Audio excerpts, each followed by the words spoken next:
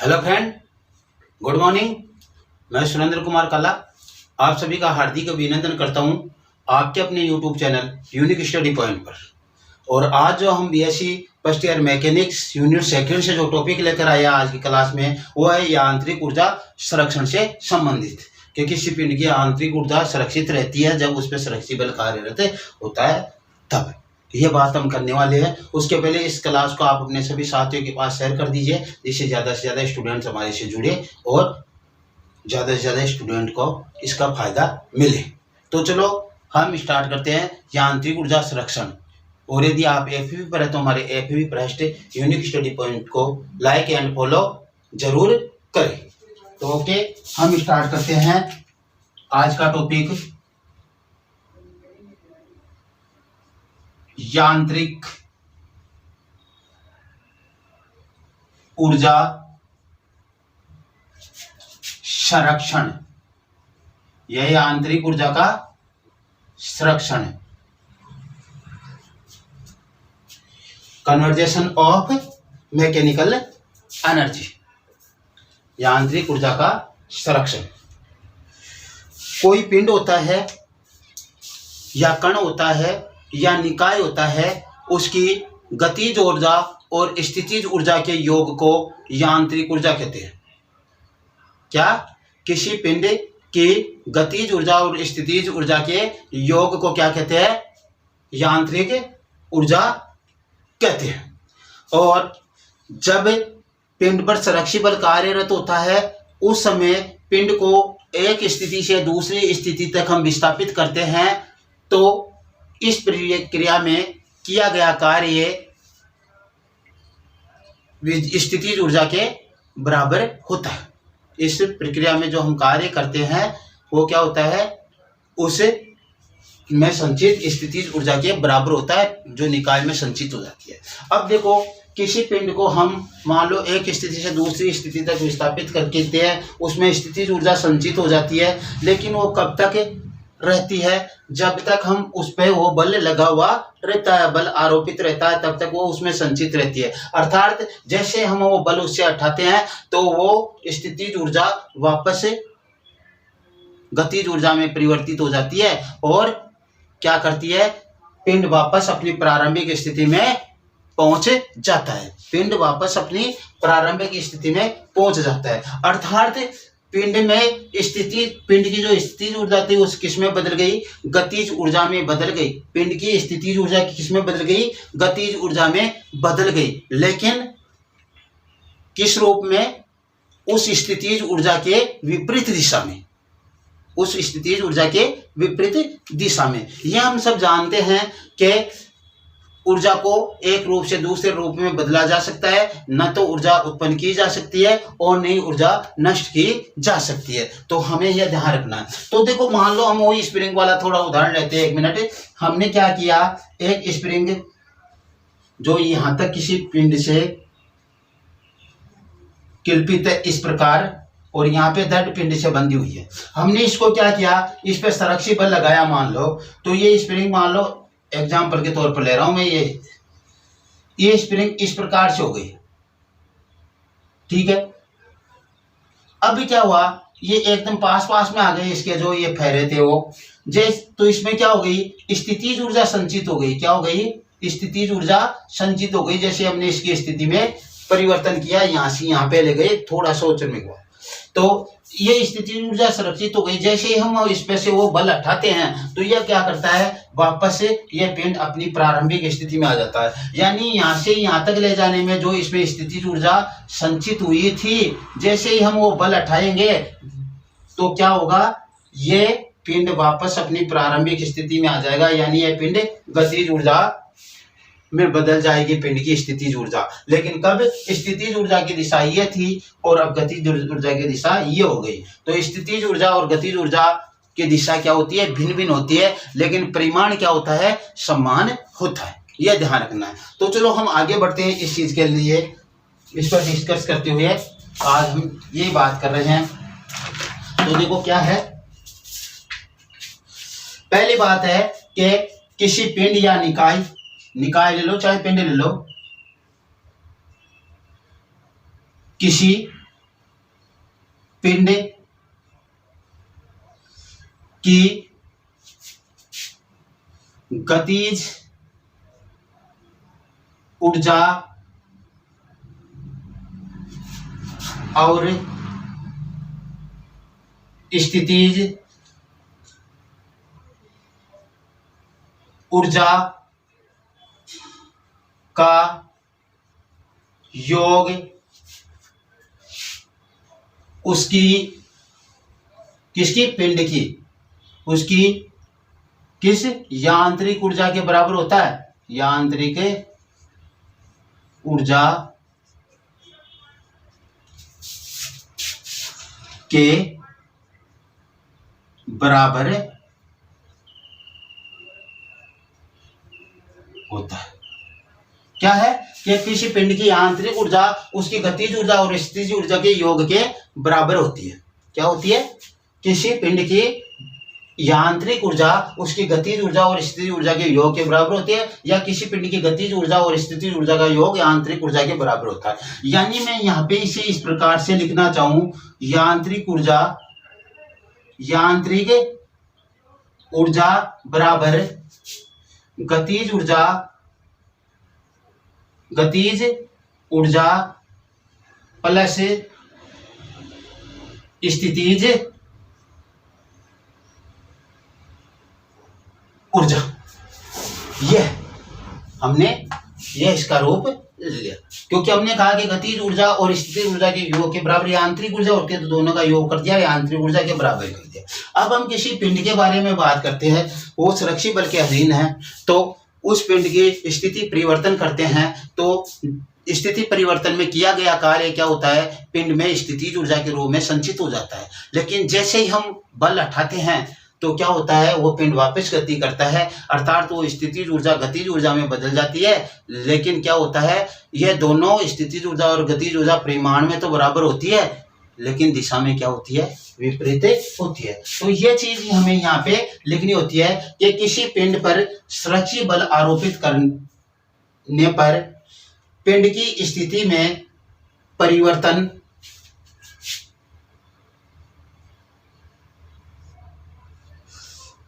किसी पिंड पर संरक्षी बल आरोपित होने पर उसकी किसकी पिंड की स्थिति में, स्थिति का मतलब अवस्था भी हो सकता है, स्थिति में परिवर्तन, यानी एक स्थिति से दूसरी स्थिति में पहुंच जाता है, एक अवस्था से दूसरी अवस्था में पहुंच जाता है। परिवर्तन होता है। क्या होता है, किसी पिंड पर संरक्षी बल आरोपित होने पर उसकी स्थिति में परिवर्तन होता है। यह इस प्रक्रम, जो यह प्रक्रिया हो रही है परिवर्तन होने की, स्थिति परिवर्तन होने की, इस प्रक्रम में किया जाने वाला कार्य क्या होता है, किया जाने वाला कार्य किसकी, पिंड की स्थितिज ऊर्जा के रूप में संचित हो जाता है। तो स्थितिज ऊर्जा के रूप में संचित हो जाता है, किसमें, पिंड में। क्या होता है कि इस जो पिंड पर संरक्षी बल लगा हुआ है, जिसके कारण उसकी स्थिति में परिवर्तन होता है, एक स्थिति से दूसरी स्थिति तक पिंड जाता है, या निकाय जाता है, या कण जाता है गति करके। इस प्रकार में जो कार्य किया जाता है बल के द्वारा, वो कार्य उसमें स्थितिज ऊर्जा के रूप में संचित हो जाता है, किसमें, पिंड में हो जाता है।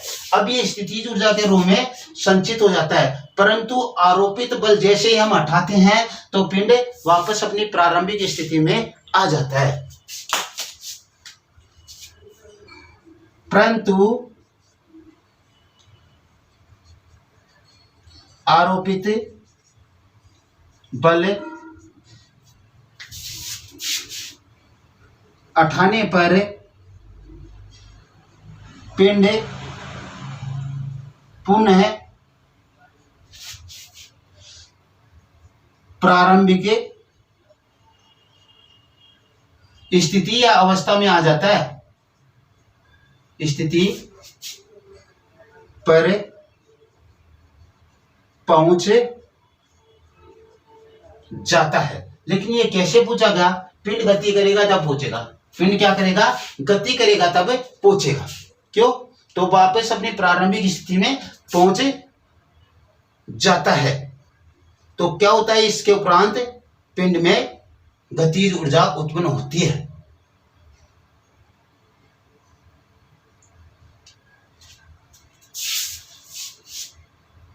अतः पिंड में गतिज ऊर्जा उत्पन्न होती है, जो परिमाण में पिंड की स्थितिज ऊर्जा के बराबर लेकिन दिशा में विपरीत होती है। जो परिमाण में स्थितिज ऊर्जा के बराबर परंतु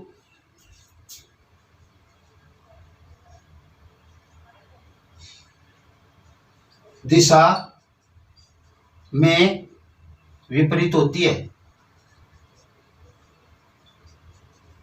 परिमाण में तो स्थितिज ऊर्जा के बराबर होती है, लेकिन दिशा में क्या होती है? विपरीत होती है।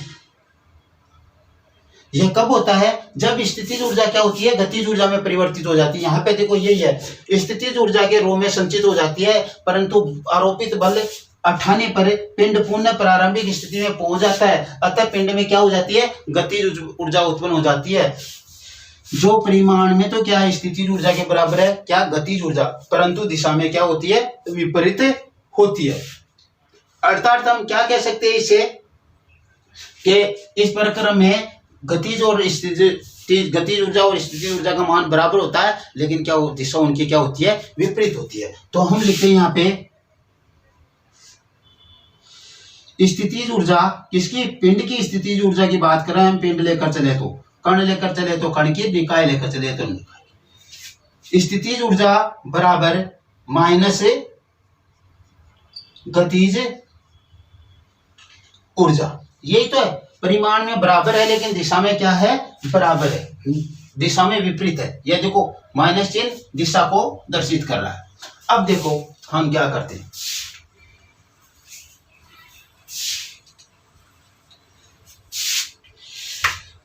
क्या होगा? स्थितिज ऊर्जा को हम U से प्रदर्शित करते हैं। स्थितिज ऊर्जा को किससे प्रदर्शित करते हैं? U से प्रदर्शित करते हैं। मान लो इसको हमने डेल U माना, तो ये क्या हो गया? माइनस डेल के। परिवर्तन ही तो हो रहा है, इसलिए डेल से दर्शा दो मैं। अब इसको इधर लेकर आएंगे तो क्या हो जाएगा?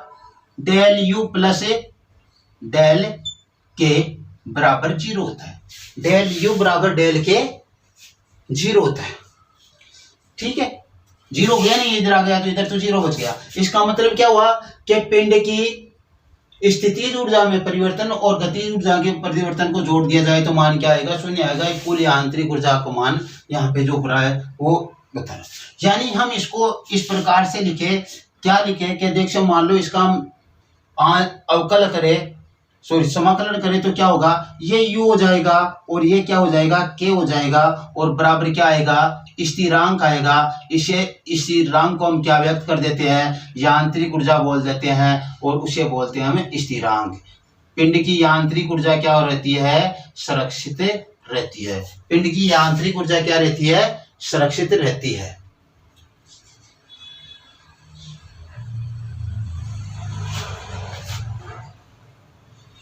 तो यहां से हम क्या कर सकते हैं?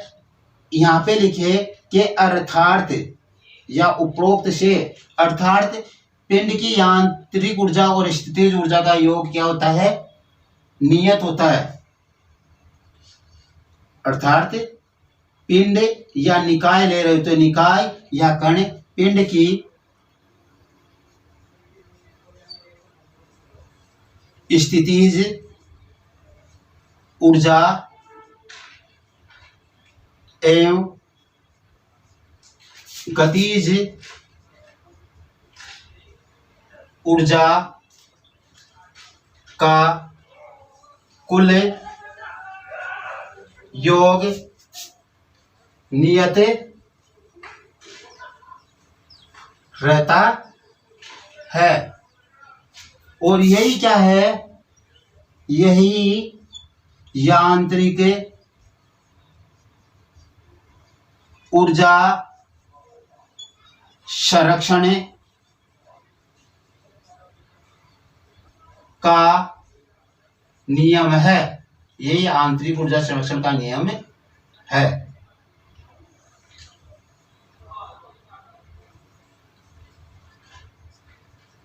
संरक्षण का नियम है, यही आंतरिक ऊर्जा संरक्षण का नियम है या नियम कहलाता है। ये है ठीक। अब हम यहाँ तक पहुंच गए कि ये क्या है, यांत्रिक ऊर्जा है, लेकिन ये क्या रहती है, सुरक्षित रहती है। यही के पिंड की स्थितिज ऊर्जा और गतिज ऊर्जा का कुल योग क्या होता है, नियत होता है। इसलिए निकाय की भी नियत होता है, कण की भी नियत होता है। यही आंतरिक ऊर्जा संरक्षण का नियम कहलाता है।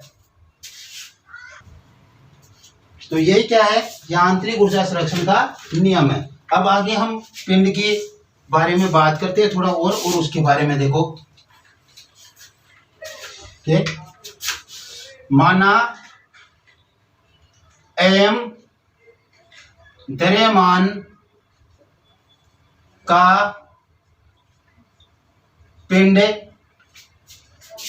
स्थिति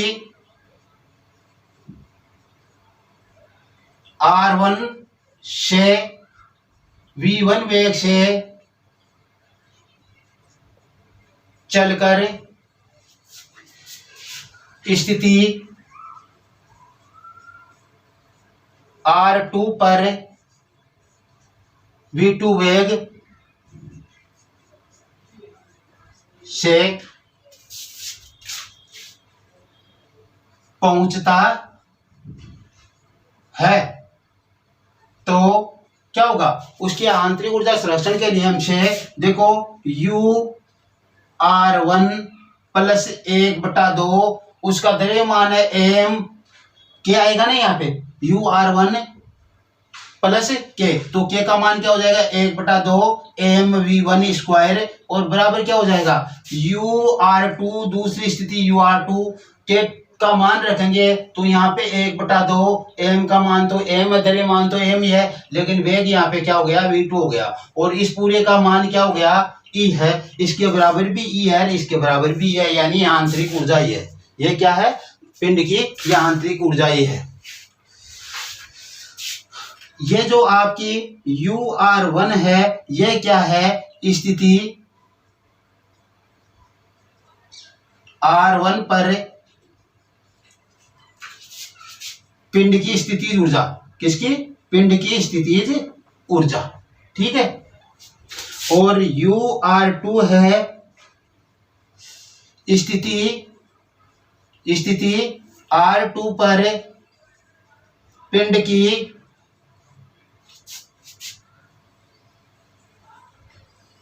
स्थितिज ऊर्जा, किसकी है, पिंड की। हम पिंड की बात कर रहे तो स्थितिज ऊर्जा है। ये हमारे पास हो गई, यहां तक हमने ये सब कुछ किया। लेकिन जब क्या होता है कि ये जो बल इतनी देर सुरक्षित था, सुरक्षित बल के तहत ऐसा हो रहा है, लेकिन पिंड पर क्या करते हैं हम, जब असुरक्षित बल लेते हैं, सुरक्षित बल की जगह असुरक्षित बल लेते हैं तो ये आंतरिक ऊर्जा सुरक्षित नहीं रहती, क्योंकि एक पिंड की जो स्थितिज ऊर्जा है गतिज ऊर्जा में बदलती है, वो पूर्णतः गतिज ऊर्जा में नहीं बदलती, अर्थात कुछ उसका कुछ भाग अन्य ऊर्जाओं में बदल जाता है, जैसे ध्वनि ऊर्जा या और कोई ऊर्जा, प्रकाश ऊर्जा, किसी में भी वो बदल सकती है अन्य ऊर्जाओं में। तो इसलिए क्या होता है, यांत्रिक ऊर्जा का योग सुरक्षित नहीं रहता, यांत्रिक ऊर्जा सुरक्षित नहीं रहती। तो फिर क्या होगा, असुरक्षित बल के अधीन पिंड की संपूर्ण ऊर्जा सुरक्षित रहती है। सभी ऊर्जाओं का योग क्या रहता है? सुरक्षित रहता है। तो यहाँ पे हम यह लिखेंगे,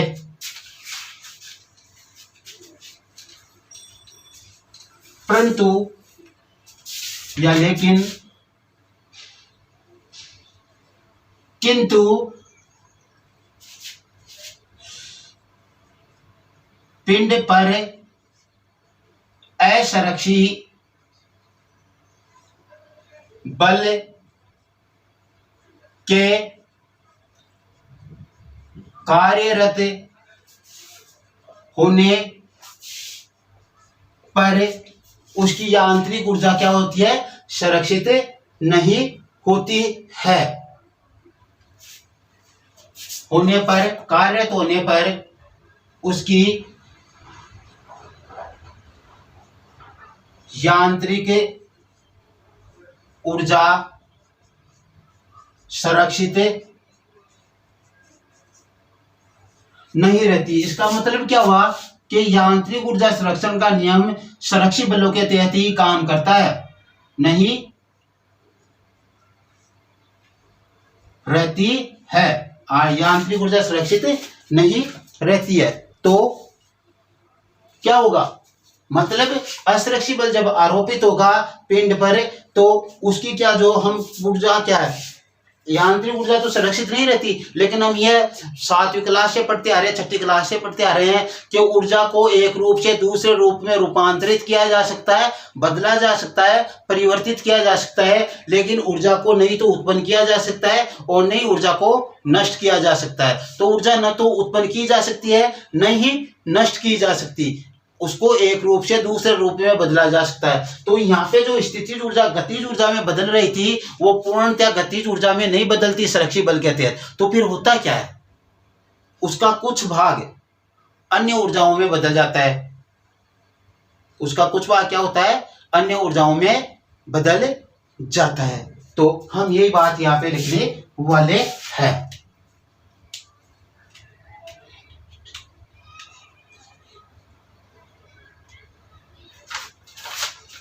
हालांकि यांत्रिक, इस प्रकार में हम बोल रहे हैं यांत्रिक ऊर्जा नष्ट तो नहीं होती है, नष्ट तो नहीं होती है, परंतु उसका कुछ भाग या कुछ हिस्सा अन्य ऊर्जाओं में, अन्य ऊर्जा में कौन कौन सी हो सकती है? ध्वनि ऊर्जा हो सकती है, या और जो भी ऊर्जाएं है, प्रकाश ऊर्जा है, जो आप ऊर्जा इस पे लिखोगे सभी चलेगी, उसमें ऊर्जा भी हो सकती है। तो ध्वनि ऊर्जा या ऊष्मीय ऊर्जा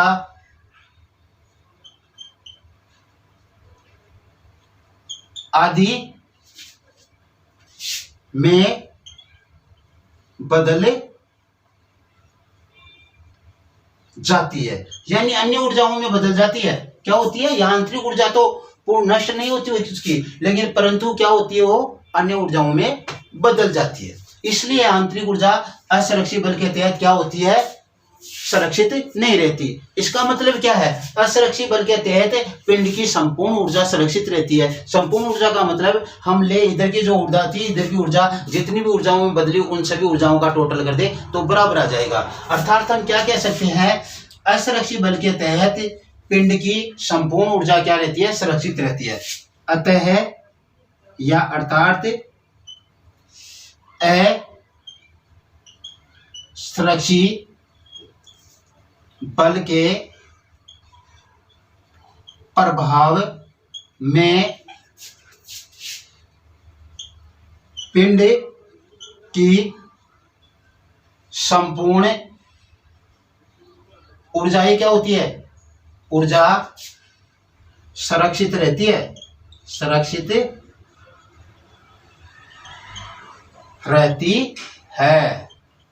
ये देख लो, यांत्रिक ऊर्जा सुरक्षित नहीं रहती, लेकिन पिंड की पूरी ऊर्जा क्या होती है, सुरक्षित रहती है, क्योंकि ऊर्जा न तो नष्ट होती है और न उत्पन्न की जा सकती। इसका मतलब कुल ऊर्जा तो सुरक्षित रहती है। तो ये है, कुल ऊर्जा सुरक्षित रहती है।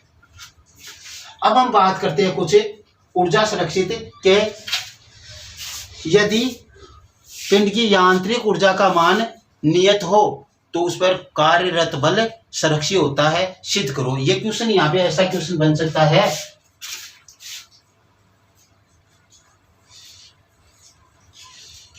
यदि पिंड पर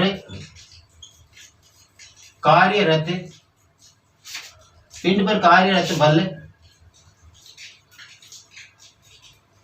सुरक्षित, ऐसा नहीं, इसका बन सकता है इस प्रकार से कि पिंड की यांत्रिक ऊर्जा सुरक्षित होती है तो उस पर कार्यरत बल सुरक्षित होता है, सिद्ध कीजिए। सिद्ध कीजिए कि पिंड की यांत्रिक ऊर्जा संरक्षित होती है तो उस पर कार्यरत बल सुरक्षित होगा। क्या कह रहा है कि सिद्ध कीजिए पिंड की कुल आंतरिक ऊर्जा सुरक्षित है तो उस पर कार्यरत बल सुरक्षित होगा। ये क्वेश्चन बन सकता है जो हम आगे कर रहे हैं वहां पे। ये क्वेश्चन, इस क्वेश्चन का हम जवाब करने जा रहे हैं आगे। तो ये क्या कह रहा है, ये तो कह रहा है कि पिंड की यांत्रिक ऊर्जा क्या है, सुरक्षित है। पिंड की यांत्रिक ऊर्जा सुरक्षित है। क्या कह रहा है, पिंड की यांत्रिक ऊर्जा सुरक्षित है। तो इसने दिया है, क्या दिया है, क्योंकि K प्लस U बराबर E है। क्या है, ये यांत्रिक ऊर्जा है। क्या है, यांत्रिक ऊर्जा। और ये क्या है, नियतो ही सुरक्षित है, इसका मतलब नियत है। यही तो है ऊर्जा संरक्षण का नियम। तो यह नियतांक है, खैर कुल मिलाकर यांत्रिक ऊर्जा। तो K प्लस U बराबर क्या है, E है। ये हमने दिया गया है और हमें सिद्ध क्या करना है कि इस पोजीशन में इस पिंड पर जो बल लग रहा है वो सुरक्षित बल है, हमें सिद्ध करना है। तो देखो वो सिद्ध कैसे करेंगे, यहां से हम स्टार्ट करेंगे और क्या करेंगे, इसका T के सापेक्ष अवकलन कर देंगे। क्या करेंगे, T के सापेक्ष अवकलन करने पर। तो K प्लस U बराबर क्या है, E समीकरण नंबर 1 है। यह दिया गया हमारे को। समीकरण 1 का T के सापेक्ष अवकलन करने पर वो क्या होगा, देखो d/dt K प्लस U और बराबर d/dt और यहां पे हो जाएगा आपका E। E क्या है, नियतांक, और नियतांक का अवकलन सदैव ही क्या होता है, शून्य होता है। E क्या है, नियतांक है और नियतांक का अवकलन सदैव क्या होता है, शून्य होता है। यहां पे देखो मैं इसको थोड़ा आगे बढ़ाता हूं। d/dt, यदि कण का द्रव्यमान m है तो उसकी गतिज ऊर्जा क्या हो जाएगी, 1/2 mv²। वेग क्या है, v, और उसका द्रव्यमान क्या है, पिंड का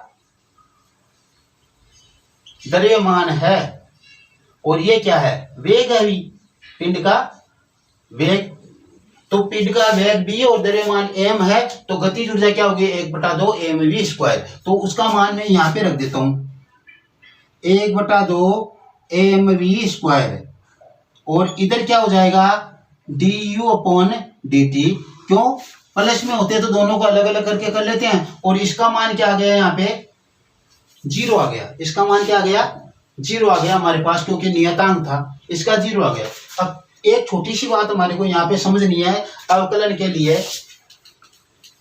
देखो हम अक्ष स्क्वायर का अक्ष के सापेक्ष अवकलन करते हैं तो हमारे पास क्या आता है, 2x आता है। 2x किस प्रकार से आता है, 2 को आगे लिया 2x हो गया और अक्ष के सापेक्ष अवकलन किया तो हमारे पास मान क्या आ गया, इसका 1 आ गया, कुल मिलाकर क्या आ गया 2x। यदि अक्ष का हम t के सापेक्ष अवकलन करें अक्ष स्क्वायर का तो हमारे पास मान क्या आएगा, 2 आगे अक्ष आ गया 2x आ गया, अक्ष का करेंगे तो dx/dt हो जाएगा, यही तो आएगा। तो यहाँ पे देखो हम अवकलन करने जा रहे हैं, इसका अवकलन करेंगे तो हमारे पास जो अवकलन प्राप्त होगा वो देखो किस प्रकार से प्राप्त होगा। 1/2 m तो आ गया बाहर, 1/2 m बाहर आ गया। v स्क्वायर का अवकलन करेंगे तो यहाँ पे कोष्टक में क्या आएगा, 2 आ जाएगा और v आ जाएगा, 2 आ जाएगा v आ जाएगा और फिर क्या आएगा, v का अवकलन करेंगे t के सापेक्ष तो dv/dt हो जाएगा और बराबर प्लस du/dt बराबर 0 हो गया। आपके पास इसका मान ये प्राप्त हो गया कुछ दरअसल, और इसको आगे आप हल करोगे तो आपको आगे इसका मान प्राप्त होगा। 2 से 2 कैंसिल हो जाएगा, 2 से 2 क्या हो जाएगा, कैंसिल हो जाएगा और ये क्या हो जाएगा 2mv dv/dt। एक बार इसको ऐसा रखना है, mv dv/dt ये हमने रख आ गया, du/dt ये हमारे पास आ गया। ये समीकरण 1 था और ये हमारे पास समीकरण नंबर 2 प्राप्त हो गया। इधर आपका मान 0 क्या हो गया, समीकरण नंबर 2 प्राप्त हो गया। यहाँ पे देखो 2 से 2 कर दिया, m और v गुणा होकर mv dv/dt प्लस du/dt ये हमारे पास ये समीकरण नंबर 2 प्राप्त हो गया। अब हम क्या करें, यदि हम स्थितिज ऊर्जा है उसको आंशिक अवकलन के रूप में रखते हैं तो उसका रूप क्या आता है, देखो du का आंशिक अवकलन किस प्रकार से होगा, देखो du बराबर क्या होगा, del u/x और यहाँ पे आएगा dx। ध्यान रखना यहाँ पे तो del u/x यहाँ पे dx और प्लस del u/y और यहाँ पे हो जाएगा dy प्लस del u/z यहाँ पे हो जाएगा dz। इस प्रकार से ये हमारे पास मान इसका प्राप्त होगा। इस प्रकार ये हमारे को मान प्राप्त होगा, लेकिन हमारे पास यहाँ पे क्या है, du/dt है, तो हमें इसे du/dt के रूप में रखना चाहिए। तो वो कैसे प्राप्त होगा, देखो इसलिए du/dt बराबर del u/x और ये dx के अपॉन क्या आ जाएगा, dt आ जाएगा।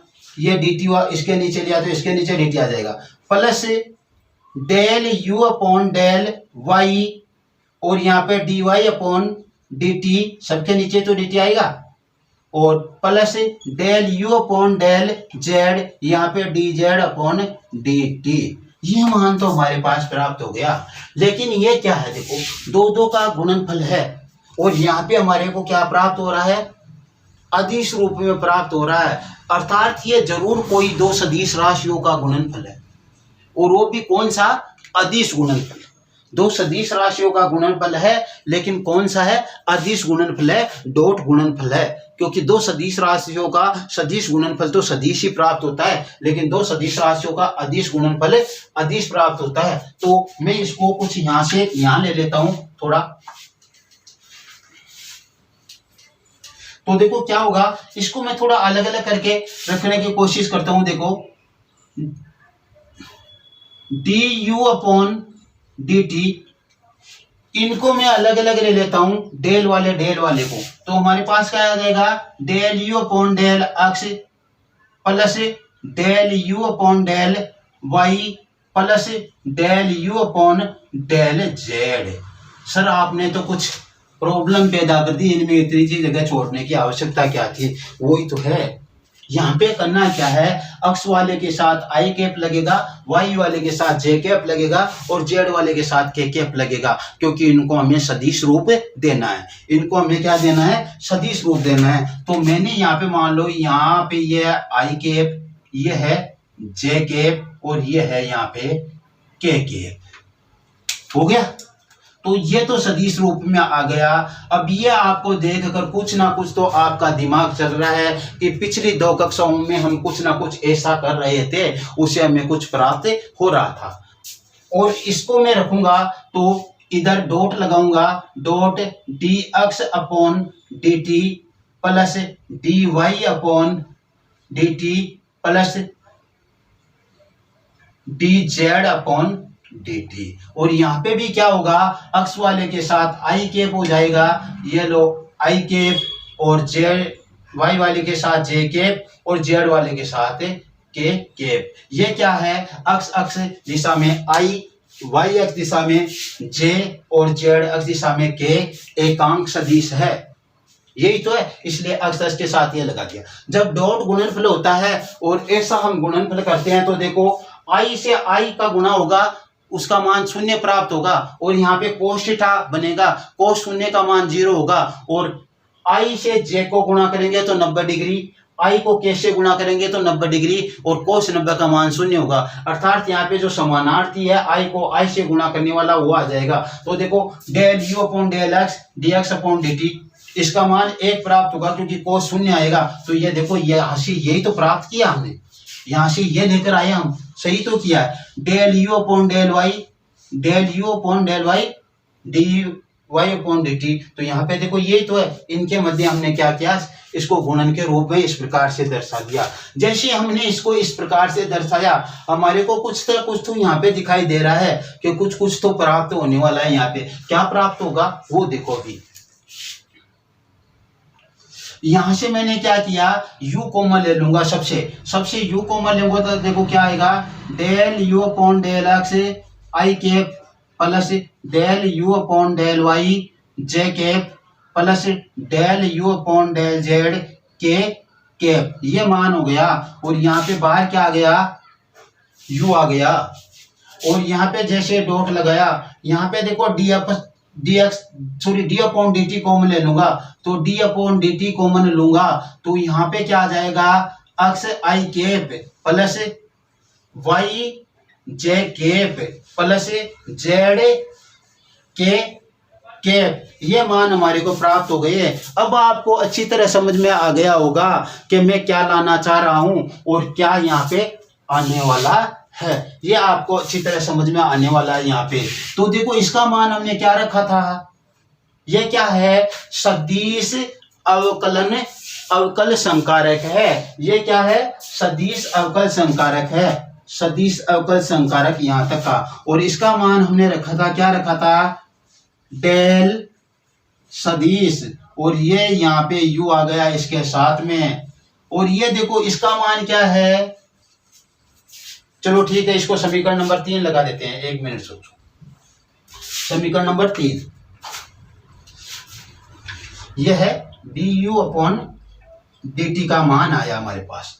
अब देखो मैं क्या कर रहा हूं, चूंकि का मतलब हम जानते हैं, क्या जानते हैं वो देखो, del upon del x i cap plus del upon del y j cap plus del upon del z k cap. और इन सब का मान क्या होता है, इन सब का मान होता है डेल सदिश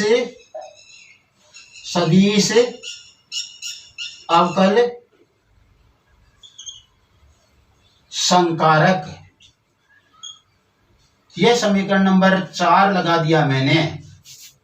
और देखो ये भी हम जानते हैं, क्या जानते हैं कि x i cap plus y j cap plus z k cap का मान क्या होता है, r सदिश होता है। इसी समीकरण नंबर क्या लगा दिया हमने, 5 लगा दिया। ये क्या है, विस्थापन है, और विस्थापन x दिशा में x है, y x दिशा में z y है, z x दिशा में जेड है। इस प्रकार से इसको तीनों दिशाओं में हमने घटकों के रूप में समाकलन को लिया और इसका मान ये आता है। तो समीकरण 4 और 5 को समीकरण 3 में रखने पर रख देते हैं।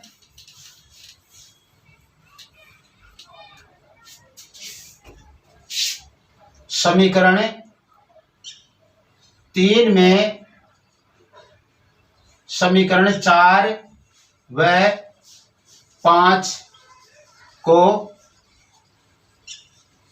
रखने पर, समीकरण 3 में समीकरण 4 व 5 को हम रखेंगे तो देखो क्या होगा, इसका मान तो डेल सदिश हो जाएगा।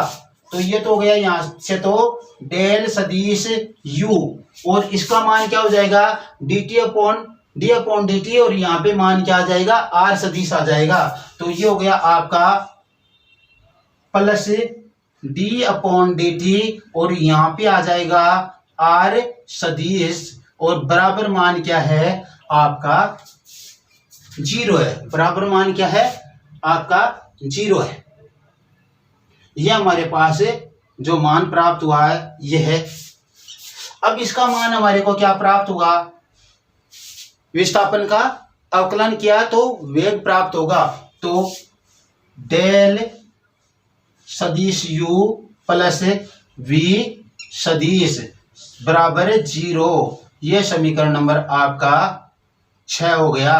और हम जानते हैं dr सदिश अपॉन dt बराबर v होता है, हमें यह मालूम है। ये मान हमारे को किसका प्राप्त हो रहा है भैया, ये मान हमारे को प्राप्त हो रहा है du अपॉन dt। सॉरी यहाँ पे 0 रख दिया मैंने, ये 0 नहीं, यहाँ पे इधर रख देता हूं मैं du अपॉन dt। एक मिनट रुको,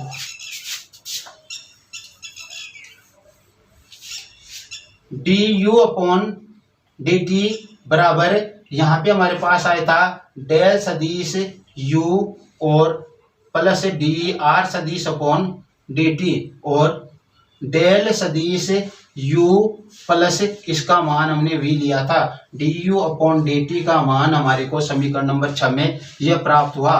और हमने लिखा था यहाँ पे dr सदिश upon dt equal to v।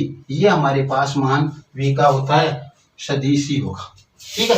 अब समीकरण 6 को, समीकरण 2 था या 3 था, 3 तो यह समीकरण 2 में रखने पर, समीकरण 2 में रखो समीकरण 6 को।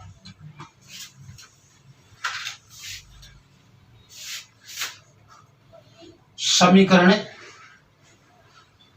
2 में समीकरण 6 को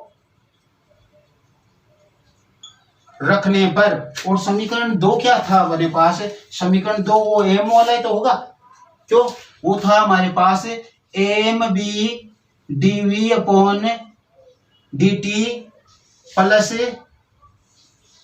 यहाँ पे क्या था du अपॉन dt बराबर 0। ये समीकरण नंबर 2 था। इसमें यह मान रख रहा हूं मैं du अपॉन dt का, ये यहाँ पे, तो ये हो गया आपका M V dv upon dt और प्लस इसका मान वहां से समीकरण 6 से रख रहा हूं डेल u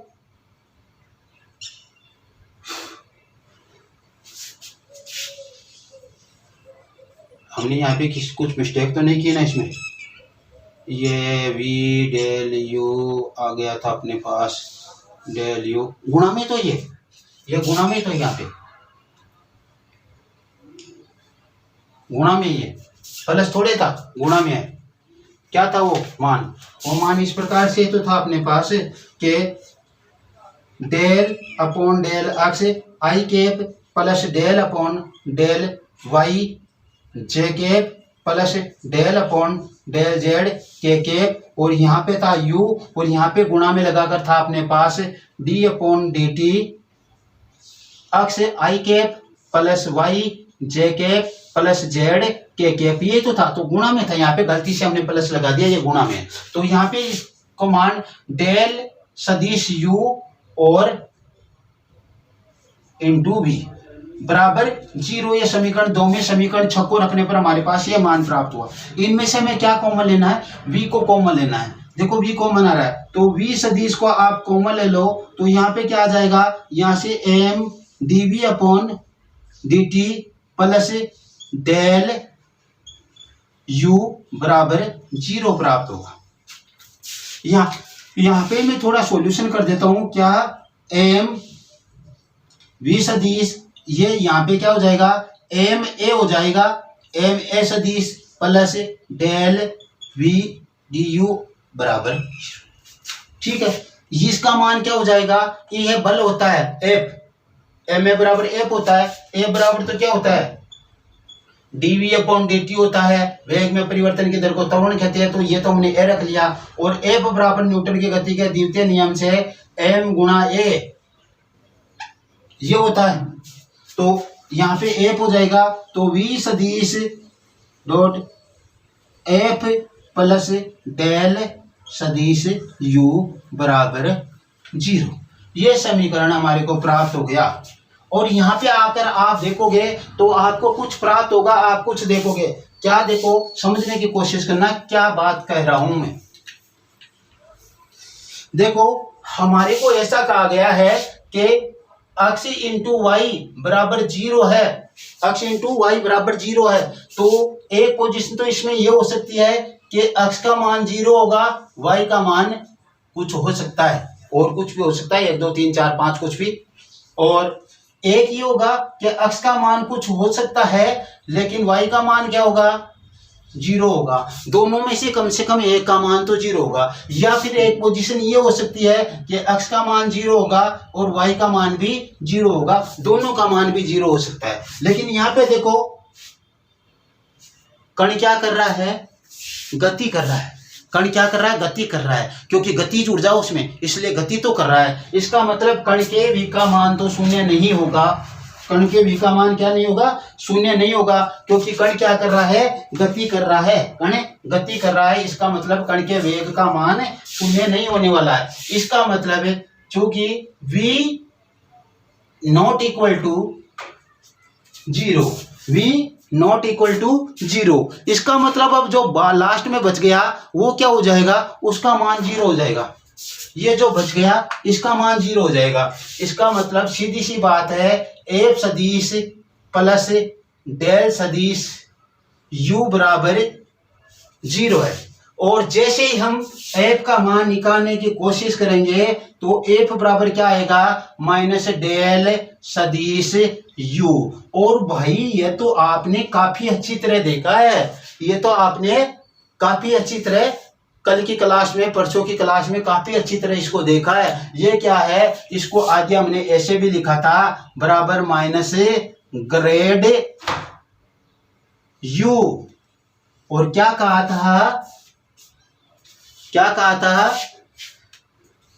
संरक्षी बल स्थितिज ऊर्जा की ऋणात्मक प्रवणता के बराबर होता है। संरक्षी बल स्थितिज ऊर्जा की ऋणात्मक प्रवणता के बराबर होता है। पहला शब्द हमने क्या बोला, उसी को पकड़ो, संरक्षी बल स्थितिज ऊर्जा की ऋणात्मक प्रवणता के बराबर होता है। अर्थात ये क्या है, हमने कह दिया ये संरक्षी बल है, और ये हमें क्या करना था, सिद्ध करना था।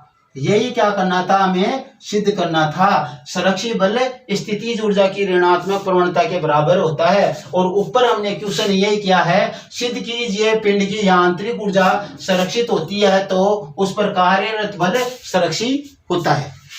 ये सिद्ध करना था कि यदि पिंड की यांत्रिक ऊर्जा संरक्षित हो तो उस पर कार्यरत बल संरक्षित होता है, ये सिद्ध कीजिए। तो हमें यही सिद्ध करना था। हम यांत्रिक ऊर्जा से लेकर चले थे, उसको हमने नियत माना था, संरक्षित माना था, और हमने यहाँ पे कर दिया कि यह संरक्षित बल है।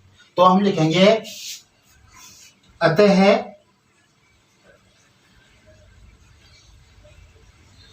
पिंड की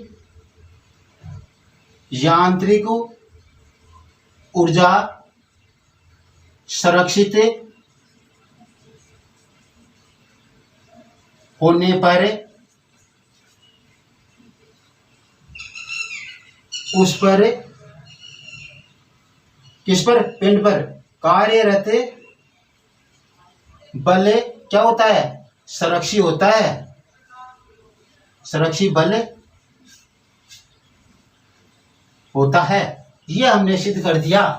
तो आज की क्लास में इतना ही। यदि ये क्लास आपको पसंद आई हो तो आप इसे अपने साथियों के साथ ज़्यादा से ज़्यादा शेयर कीजिए, और यदि चैनल को सब्सक्राइब नहीं किया तो सब्सक्राइब कीजिए और अपने साथियों से भी करवाइए। और यदि आप एफबी पर है तो हमारे FB page unique study point को लाइक एंड फॉलो करना ना भूले। आप हमारा सहयोग कीजिए, हम आपके सहयोग के लिए तत्पर है। Okay, thanks.